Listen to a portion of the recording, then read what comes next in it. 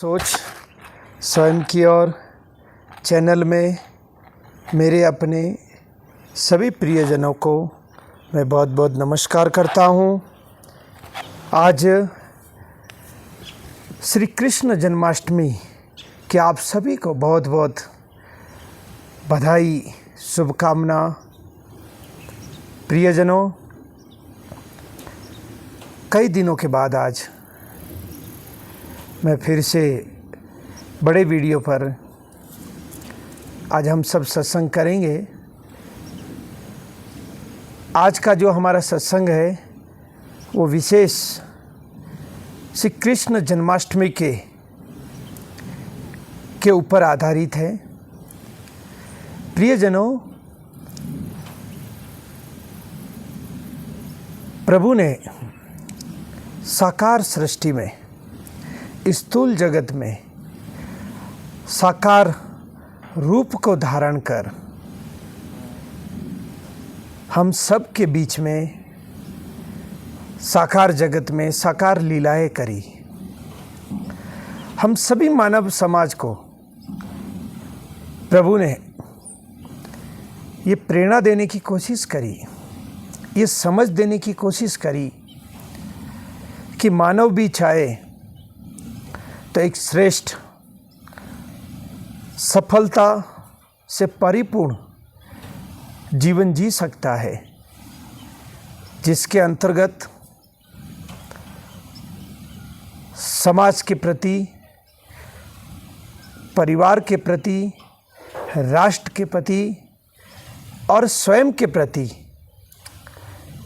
हर श्रेष्ठ कर्म के साथ अपने जीवन को जी सकता है। और भगवान श्री कृष्ण ने वो हम सब के बीच में ऐसा उत्तम श्रेष्ठ जीवन जीकर दिखाया जो राष्ट्र के प्रति भी समर्पित था, समाज के प्रति भी समर्पित था, स्वयं के प्रति भी समर्पित था, स्वयं के परिवार के प्रति भी समर्पित था। मानव अपने जीवन में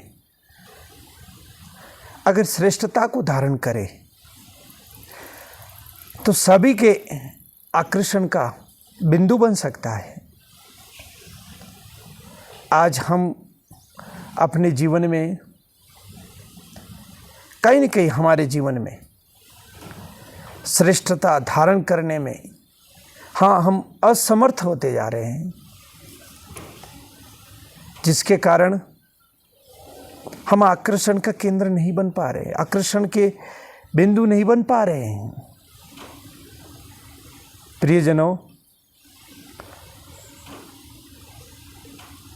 स्थूल जगत में साकार लीला में भगवान भी मानव शरीर को धारण कर मानव समाज के बीच में वो सारे अनुकूल या प्रतिकूल सभी प्रकार के कर्मों के प्रभाव को अपने जीवन में संघर्ष करते हुए मानव समाज को ये प्रेरणा देने की कोशिश करी कि मानव, तेरे में वो क्षमता है, तेरे में वो योग्यता है जिससे तुम सर्वश्रेष्ठ जीवन जी सकते हो, शक्तिशाली जीवन जी सकते हो, भक्तिमय जीवन जी सकते हो, बलिदानमय जीवन जी सकते हो, करुणामय दयामय जीवन जी सकते हो। लेकिन बाहर तो जब भगवान मानव शरीर धारण कर लीलाएं करता है तो सबके दर्शन में है वो। वहाँ सिर्फ उनके प्रति सद्भाव हमारे हृदय में आ जाए, वहीं हमारा मंगल हो जाता है, वहीं हम कल्याण को प्राप्त होते हैं।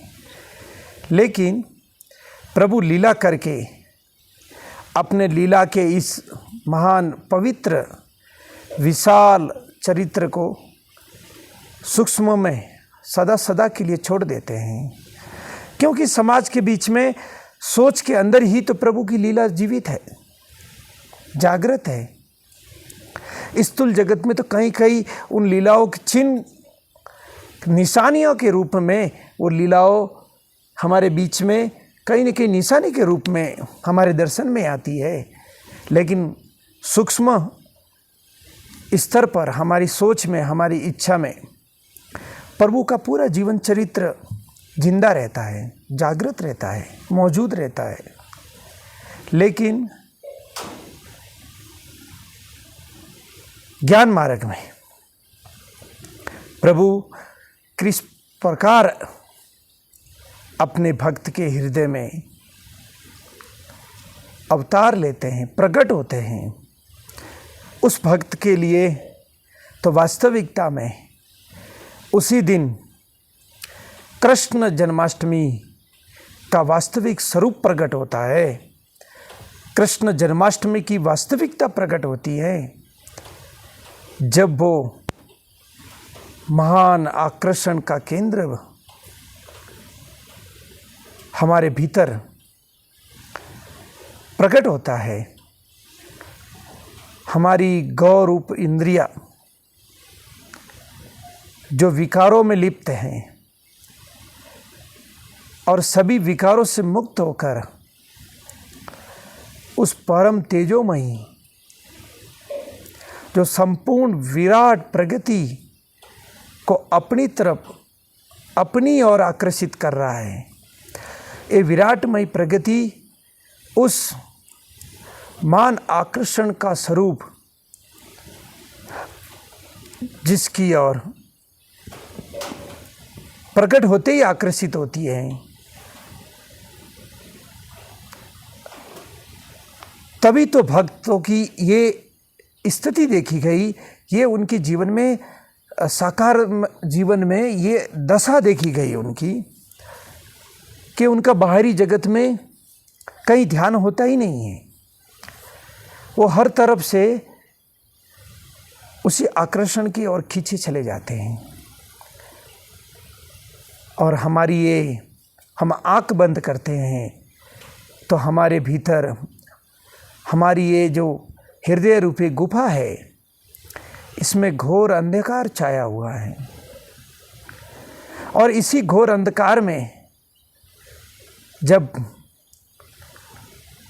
परम तेजोमय कृष्ण प्रकट होते हैं, अनंत सूर्यों का प्रकाश स्वरूप प्रकट होते हैं, तो सोच के देखो, हर इंद्री बाहरी स्वभाव से अंतर्मुखी, अंतर स्वभाव की ओर स्वतः ही मुड़ जाती है, स्वतः ही भी अंतर में गति करने लगती है, स्वयं ही अंतर में ठहरने लगती है, स्वयं ही अंतर दर्शन की ओर लालायित हो जाती है। जब किसी भक्त के हृदय में इस तरह कृष्ण प्रकट होते हैं तो सोच के देखो, वो भक्त का हृदय कितना आनंद से प्रफुल्लित हो जाता होगा, कितने आनंद में वो भक्त डूब जाता होगा। ये तो वो भक्त ही जानता होगा जिसके हृदय में इस तरह का परम दिव्य अलौकिक घटना घटती है। लौकिक घटना बाहरी जगत में होती है, लेकिन मानव शरीर धारण होने के कारण, मानव शरीर के साथ गुण अवगुण प्रगति के अनुकूल प्रतिकूल दोनों स्वभाव जुड़ने के कारण विश्वास हो भी जाता है और विश्वास नहीं भी होता है। लेकिन सोचो, जब स्वयं के हृदय में परम शीतलता के स्वरूप, परम प्रेम स्वरूप, परम दिव्यता को लेकर परम तेजोमयी कृष्ण हमारे हृदय में प्रकट होते हैं, शस्त्रार से उतरकर हृदय में विशेष स्वरूप में प्रकट होते हैं। सोचो उस वक्त हृदय की क्या स्थिति होती है। जिस भक्त के हृदय में प्रकट होते हैं सोचो वो भक्त किस भाव में होता होगा, कितना शुक्रिया कर रहा होगा, कितनी वंदना कर रहा होगा प्रभु की। ये हमारी सारी जो इंद्रियां हैं, नाक, कान, आंखें, सोच के देखो उस समय हृदय में क्या क्या मंगल गान होता होगा, जो मंगल गान बाहरी स्वभाव में इस कनिका इंद्री को नहीं मिलता, इस कानों को नहीं मिलता। ये आंखें अंतर्दर्शन को देखकर क्या अनुभव कर रही होगी, जो इसको बाहरी जगत में नहीं मिलता। ये नासिग्रा बाहरी जगत में वो महक उसे कभी नहीं मिलती जो अंतर में जब कृष्ण स्वरूप प्रकट होता है। आज हमारे इस हृदय रूपी गुफा के अंदर इस अंधेरा रूपी अज्ञान का अधिकार है, और ये अज्ञान रूपी अंधकार यही अहंकार का प्रतीक है,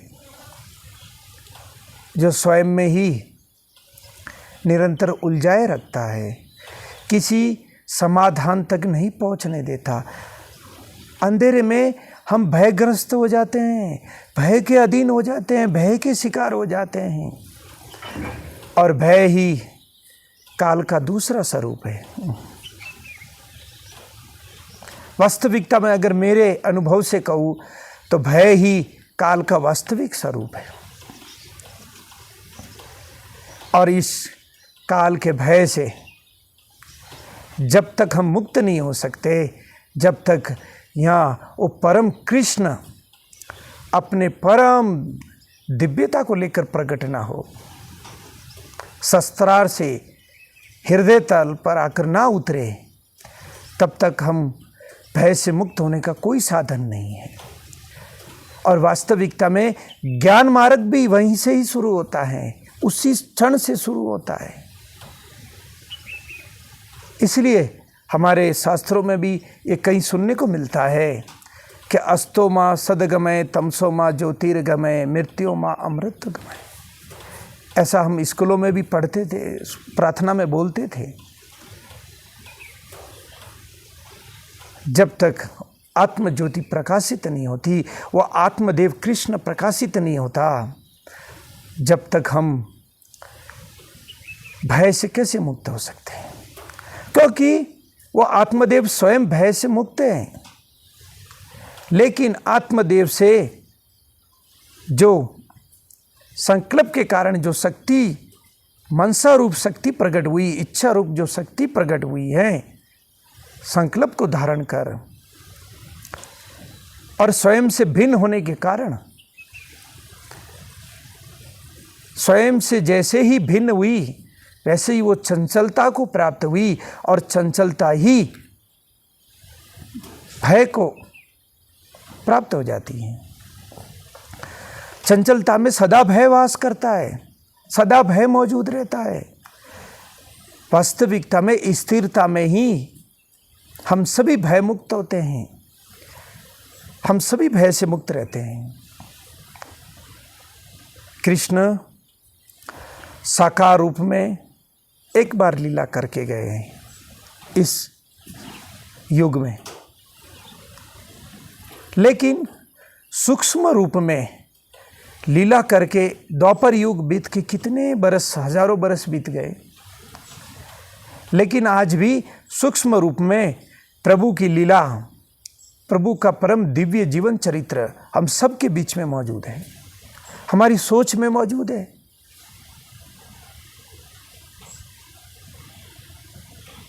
और हम सूक्ष्म प्रभु की सूक्ष्म तल पर लीला से, सोच में हम प्रभु की लीला से जुड़ते हैं, तो हमारी सोच पवित्र होती है, हमारी इच्छा पवित्र होती है, प्रसन्नता से प्रफुल्लित हो जाती है, भय मुक्त होती है। लेकिन सोच कर देखो, अगर प्रभु के वास्तविक स्वरूप तक अगर हम पहुंच जाए, हमारी दृष्टि पहुंच जाए, हमारी निगाह पहुंच जाए, जो सदा सभी बंधनों से मुक्त हैं, सभी कर्मों से मुक्त हैं, सभी प्रपंच से मुक्त हैं, अगर उस स्वरूप तक हम पहुंच जाए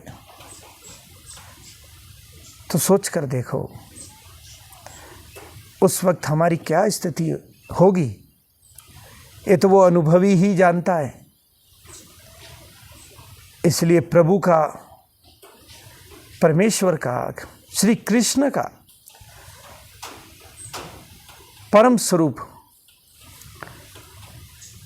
जो कारण स्तर है, एक स्थूल स्तर जहाँ साकार लीला, एक सूक्ष्म स्तर जहाँ सोच में लीला मौजूद है, और एक कारण स्तर जहाँ प्रकाश स्वरूप, ज्योति स्वरूप, तेजोमयी स्वरूप, परम तेज स्वरूप प्रभु का लीला स्वरूप, वो करुणामयी स्वरूप जो कारण स्तर पर मौजूद होता है। जब तक हमारी स्थूल से यात्रा शुरू होकर सूक्ष्म से होती हुई कारण में नहीं पहुंचती, जब तक कारण तक भय हमारा पीछा करता रहता है, और जैसे ही हम कारण में प्रवेश कर जाते हैं वैसे ही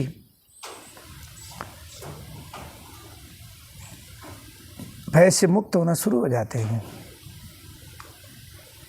क्योंकि कारण सभी आकारों से मुक्त है। सूक्ष्म में सभी प्रकार के साकार के प्रतिबिंब आकार मौजूद है। इसलिए स्थूल में भी भय है, सूक्ष्म में भी भय है, लेकिन सूक्ष्म से परे कारण में कोई भय नहीं है। वास्तविकता में निर्भय अवस्था वहीं से शुरू होती है। इसलिए हम भक्ति करें तो ऐसी करें कि स्थूल से सूक्ष्म और सूक्ष्म से कारण, और जो कारण में पहुंच गया तो वो कारण से महाकारण में स्वयं ही पहुंच जाता है, स्वयं ही प्रवेश हो जाता है। वहाँ किसी के मार्गदर्शन की आवश्यकता नहीं पड़ती, वहाँ उसका अनुभव ही उसका मार्गदर्शी है। सद्गुरु अनुभव के रूप में प्रकट होता है। इसीलिए आज हमारे हृदय रूपी इस गुफा के अंदर कंस रूपी अहंकारी का, कंस रूपी काल का साम्राज्य होने के कारण यहाँ अंधकार छाया हुआ है। इसलिए हमारा जीवन का हर पल, हर क्षण भय के अधीन होकर गुजर रहा है। तो सभी भक्ति इस तरह की करें कि हमारे हृदय रूपी गुफा के अंदर परम कृष्ण प्रकट हो जाए। और जब भगवान प्रकट होते हैं तो अपनी दिव्यता के सहित प्रकट होते हैं, अपनी संपूर्ण लीला के सहित प्रकट होते हैं। इसलिए हृदय रूपी गुफा परम आनंद का सागर बन जाती है, परम आनंद का केंद्र बन जाती है, परम आनंद के ठहराव का बिंदु बन जाती है। तो प्रियजनों, सबसे मैं यही कहना चाहूँगा कि कृष्ण को अपने हृदय रूपी गुफा में स्थान दो। कृष्ण को अपने भीतर में देखने की कोशिश करो, अपने भीतर में दर्शन की कोशिश करो। कृष्ण के स्वरूप को अपने भीतर ठहराने की कोशिश करो। जैसे ही कृष्ण का संकल्प, कृष्ण का ध्यान आपके भीतर में ठहरेगा, जिसमें जिस भी घटना पे हमारा ध्यान होता है, वास्तविकता में वही उस काल का, उस क्षण का आपका ध्यान है। हमारा ध्यान आज बाहरी संसारी ज़रूरतों पर है, तो हमारा ध्यान संसारी ज़रूरतों में ही तो रहेगा। 1 मिनट, मैं आपको एक विशेष बात बताना चाहता हूँ कि हमारी संसारी वस्तुओं में ध्यान होने के कारण हम अंतर में ध्यान हमारा नहीं ठहरता। जैसे ही अंतर में किसी एक स्वरूप को निमित्त बनाकर, एक स्वरूप का माध्यम बनाकर, प्रभु के किसी भी स्वरूप को माध्यम बनाओ, और जब अपने भीतर में वो ख्याल टिकाने में आप सफल हो जाओगे, तो वास्तविकता में वही आपका ध्यान है। आज ध्यान बाहर होने के कारण सारा हम बाहरी मुखी है, और जब हमारा ध्यान अंदर की तरफ ठहरने लग जाएगा तो हम अंतर्मुखी कहलाएंगे। प्रियजनों, वीडियो ज़्यादा कहीं लंबा ना हो जाए। अभी मैं हिमालय वाले आश्रम में हूँ, तो यहाँ थोड़ा रेंज की दिक्कत है। अपने नीचे वाले आश्रम में, नैना देवी वाले आश्रम में, वहाँ सारी व्यवस्था है वाईफाई वगैरह की, तो वहाँ जल्दी वीडियो अपलोड हो जाता है। तो आप सब ये चिंतन अपने हृदय में अवश्य धारण करें कि कृष्ण को हम अपने हृदय में जगह दें, ताकि हमारा हृदय प्रकाशित हो सके, निर्भय हो सके, सद्भाव सद्गुणों से और प्रभु की परम दिव्यता से प्रकाशित हो सके। तभी तो वास्तविकता में हमारे अंतर में जागृति आएगी, हमारे जागने का कारण बनेगा। वास्तविकता में उसी दिन आपके जागने का कारण बनेगा। आप जागोगे तो आप सबको फिर से बहुत बहुत मैं एक सोच स्वयं की और चैनल की तरफ से मैं आप सभी जुड़े हुए दर्शकों का, देखने जो जहाँ से भी देख रहे हैं, सुन रहे हैं, मैं सबका बहुत बहुत मंगल कामना के साथ बहुत बहुत धन्यवाद, शुभकामना देता हूँ। आप सब खुश रहो, आनंद में रहो। जय श्री राम, जय श्री कृष्ण।